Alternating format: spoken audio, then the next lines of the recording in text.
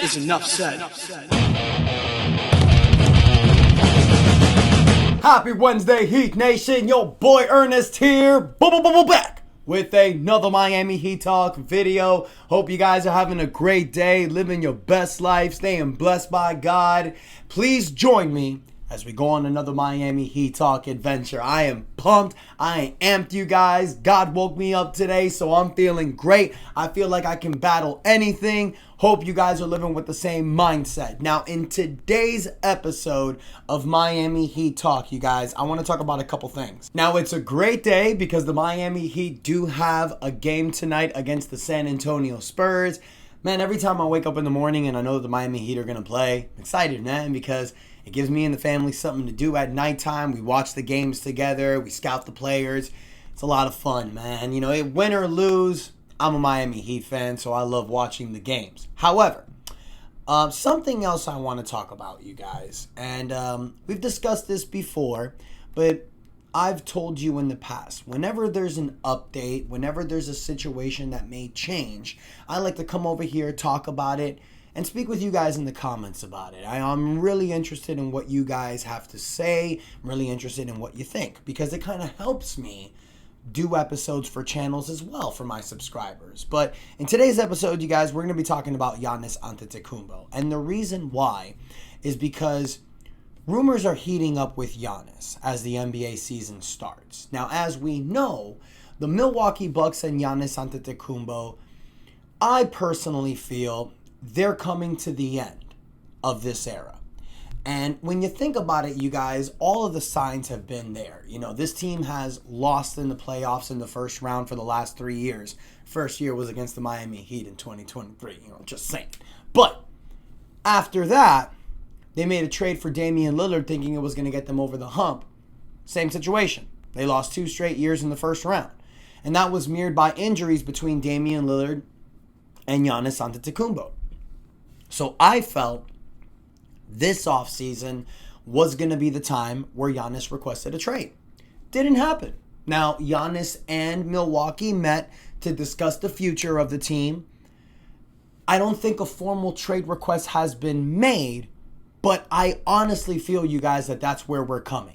Because when you look at Milwaukee's situation, yes, they signed Miles Turner to free agency in the offseason. Yes, they re-signed Giannis's brother in the offseason. This is moves that they've made to appease their superstar to try to keep him.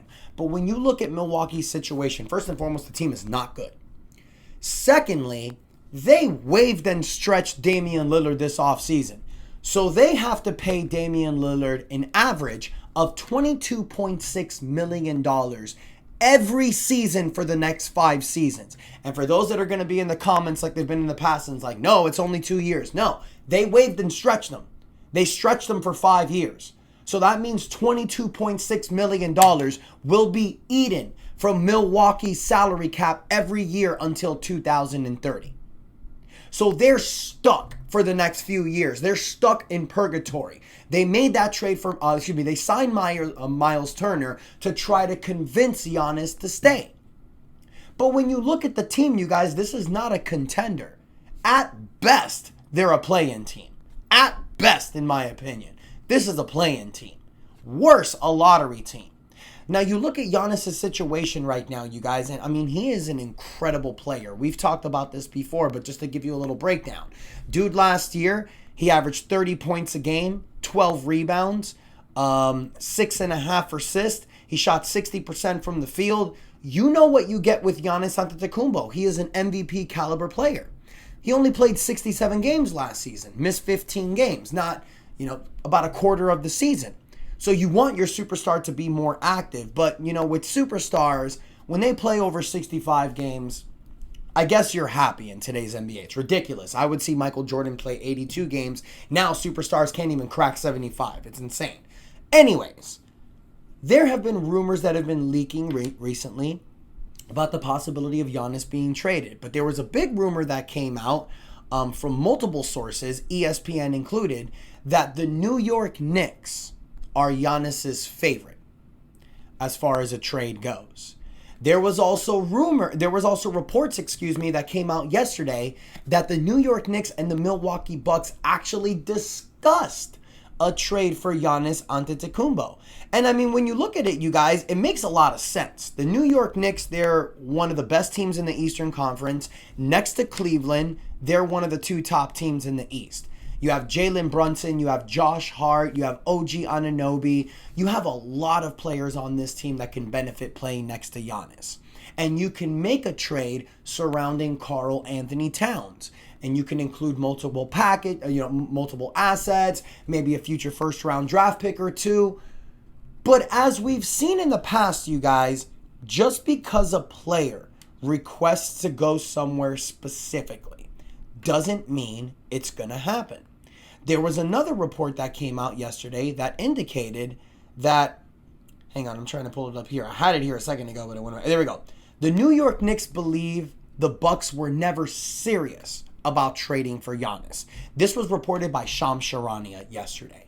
So right now, the New York Knicks, who are a contender in the Eastern Conference, I feel they're looking at their current roster and thinking, what we have is good enough. And if Giannis becomes available, we'll go after him. But it's like I mentioned, you guys, just because a player wants to go to a specific team doesn't mean it's going to happen. Now, it has happened in the past with guys like James Harden moaning and crying, getting their ways. You've seen a lot of players like Anthony Davis as well, Kyrie Irving get their wish. But you've seen other players that gotten bitten in the ass. Kawhi Leonard, in 2018, told the San Antonio Spurs, I want to go to Los Angeles. Send me to the Lakers or the Clippers. And Popovich sent his ass to the Raptors in Toronto. Then, as Miami Heat fans know, which is all too familiar, Damian Lillard in the 2023 offseason. We were doing the whole Damian Lillard watch all offseason. And it was the fact that Damian wanted Miami. It was Miami or bust. What happened? He got sent to Milwaukee. So just because a player wants to go to a specific team doesn't mean it's going to happen. Now, I will say this, you guys. I'm going to have to change my stance on this. Now, in the offseason, I was a big proponent for trading for Giannis. I thought it would benefit Miami. Obviously, because you're trying to contend and you're trying to win now. But with this Miami Heat team, you guys, with the current season that we're having, we got to kind of get off the mindset of winning a championship this year. This is a developmental year. This is a year to see what you have. This is a year to see, does Tyler deserve the extension? What do you have with Jaime Jaquez Jr.? What do you have with Kel'el Ware? What do you have with Davion Mitchell? Is Andrew Wiggins going to be a piece that you want to keep or let go? How does Norman Powell fit in this team? Is Simone Fontecchio going to be a good asset? This is a developmental year for the Miami Heat, but it's also a year in seeing what happens. Because you have a lot of questions that need to be answered coming this offseason. As far as contract extensions goes, as far as young players, do you extend them as well? So this is kind of a developmental year for Miami, like I mentioned. And if you go after Giannis, let's say Giannis becomes available. I'll be honest, you guys, I'm definitely strongly feel that the Miami Heat will make an offer. But it's what you have to give up for Giannis. That's going to be the tricky part. Because Giannis right now, you guys, when you look at his numbers, he's making $54.1 million this year. And with the NBA's collective bargaining agreement, you got to match those numbers. So what Miami would have to do is a package that's surrounding Tyler Hero, Andrew Wiggins, Nikola Jovic. You may have to throw in another young asset like a Jaime Jaquez, Pallel Larson, maybe even Kel'el Ware. Miami Heat have 3 tradable first-round draft picks. I'm sure Milwaukee's going to want all of that because they stupidly gave away all of their draft picks and have no draft capital until 2030, 2031. So if you're trading for Giannis, you have to give up the farm. And by doing that, where does it put the Miami Heat? Let's say you trade Tyler, Wiggins, Jovic, Jaquez, multiple first-round draft picks for Giannis. Yeah, it's a decent trade, but you're just getting one player back. And with Giannis's history, you guys, not playing a full 82 games, the games that he misses, the Miami Heat are going to bleed. Let's not forget the fact that he's also 30 years old going on to 31. Giannis's game is predicated on his strength, getting to the paint at scoring. He's a rebounder, he's a facilitator. But we know after 30, players need to start switching their game. Players need to start to upgrade their games. This is why guys like LeBron James, Dwayne Wade just immediately pop up in mind. Because after 30 years old, even though LeBron James is a brick shithouse, after 30 years old, you notice that he started changing his game, especially with his three-point shot. Dwayne Wade wasn't the same player after 30. We saw in the Big Three era, he had to change his game. He wasn't always slashing to the basket. You know the commercial, fall down 7, get up 8. Wasn't really doing that as much. He was kind of hitting the teardrop floaters, having more of a mid-range game, finishing around the basket. It wasn't just dunking on everyone anymore. After 30, your body starts to change. And in the NBA, if you want to stay in peak form, MVP level that you were in your 20s, you have to evolve. You have to change your game. One thing this guy does not have is a jump shot, a three-point shot, and the ability to hit free throws. And as he ages, he's going to need to add that to his repertoire. Now, can he? Sure. But he's been in the NBA for 12 years now, and he's still not known as a shooter. I'm saying that, you guys, because Giannis is currently on a 3-year contract. Technically a 2-year contract, because after next season in 2027, he's going to have a player option. If you're giving up these 4 players and draft capital for a guy that might not be on your team in 2 years, for a guy whose game may drop off in the next few years because he doesn't really have a jump shot, is it really worth it? Seriously. Now look, like I said, I know there's going to be people in the comments that are going to be like, Ernest, you're contradicting yourselves. You said that you wanted Giannis. Yeah, I did say I wanted Giannis. But what have I said in the past? For the right price. It's the same thing I said about Kevin Durant. I was willing to trade for Kevin Durant. I was saying it was cool to trade for Durant, but not if you have to give up what they wanted. Khalil Ware, Nikola Jovic, expiring contracts, first-round draft capital for a guy that was 37 years old. No. If you're going to trade Tyler, Wiggins, Jovic, Jaquez, give up multiple first-round draft picks, it needs to be for a guy that you are getting the same amount of value for. So hypothetically, let's say, I'm trying to think of a name let's say if you were trading for Luka Doncic, perfect example. Luka Doncic, who's 26, 27 years old, who's just hitting his prime. That is a guy that you trade for and give up the farm.